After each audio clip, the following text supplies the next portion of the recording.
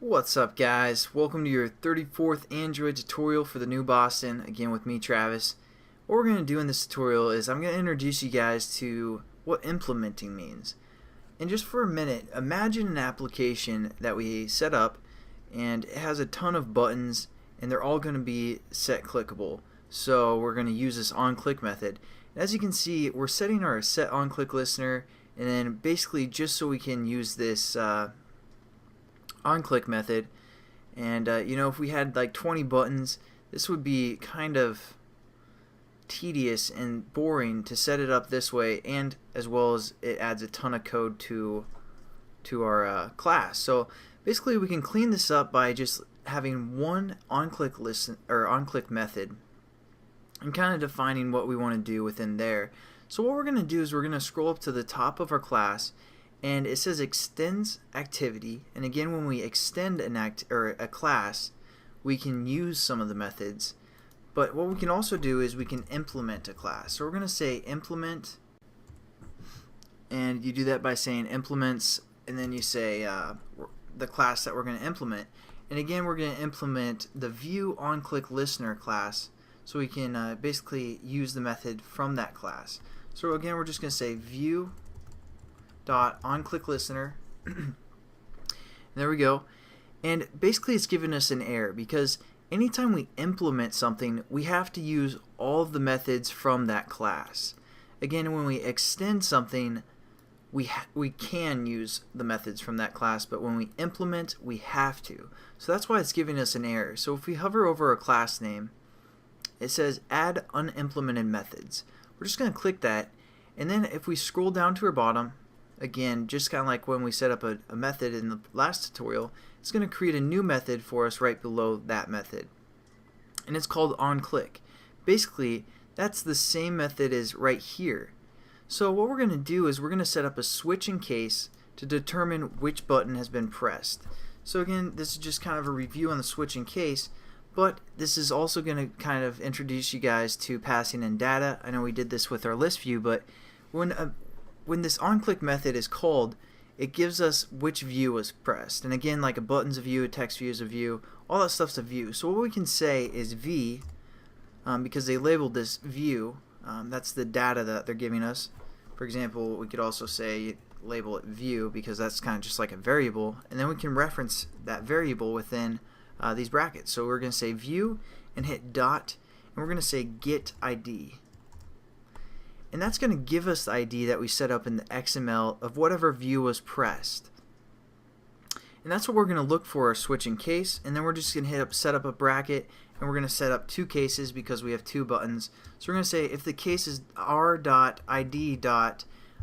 Button results, which was our command button for the most part, we're going to do whatever is right here, and we're going to hit break. And if it was the case that, the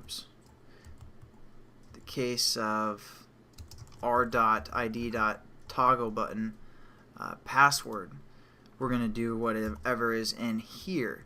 Again, we set up a break to break the switch, and I'll leave this on for 1 second.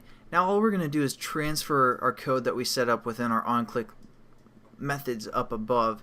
So we have this is our check command, so we're just going to copy whatever we put in within this onClick method. So it's basically that string and all that other good stuff. Just copy that, and we're going to paste it below. And I grabbed one extra bracket, so you want to do it right here. Copy this, and again, this is for our results, so we're going to say V right there, and then we're just going to kind of delete it out of this onClick listener for the most part. And now it's going to pass in some information, and if it's the ID of basically our check command ID, it's going to do basically that onClick method that we just set up there. Then we're also going to do that with this onClick method as well. So we're just going to copy that or cut that and paste it for if our toggle button was pressed. And then we're just going to kind of clean up some of this code. And instead of doing a new view, we're going to just say, because it's looking for a on-click listener so we can use our on-click method. So now what we can do is we can type this. For the context of our class, this. So it's going to look for through our class and say, hey, we're looking for a view on-click listener. And it's going to be like, oh, we implemented that and we can use the on-click method. So now this button is going to refer to this on-click method that we set up, and we got that because we implemented it, and then it's going to give us some data for which view was pressed, and if it's the check command ID, it's going to do basically what we set up in our on-click listener before. So again, all we have to do is just type this as well, and look how much cleaner our onCreate method is. Basically, it's only 3 lines of code, and then it refers to either our on-click method or our bacon and eggs method. So that's kind of how Java programming works for the most part. You guys can implement methods, and that way it kind of cleans up the code. And we're just going to check and make sure this works, as always, because it's good to check and check frequently for the most part.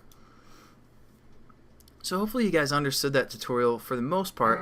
Again, it's just about implementing for the most part, and when we implement, we have to use all the methods from that class. So this class only has one method, which is called onClick.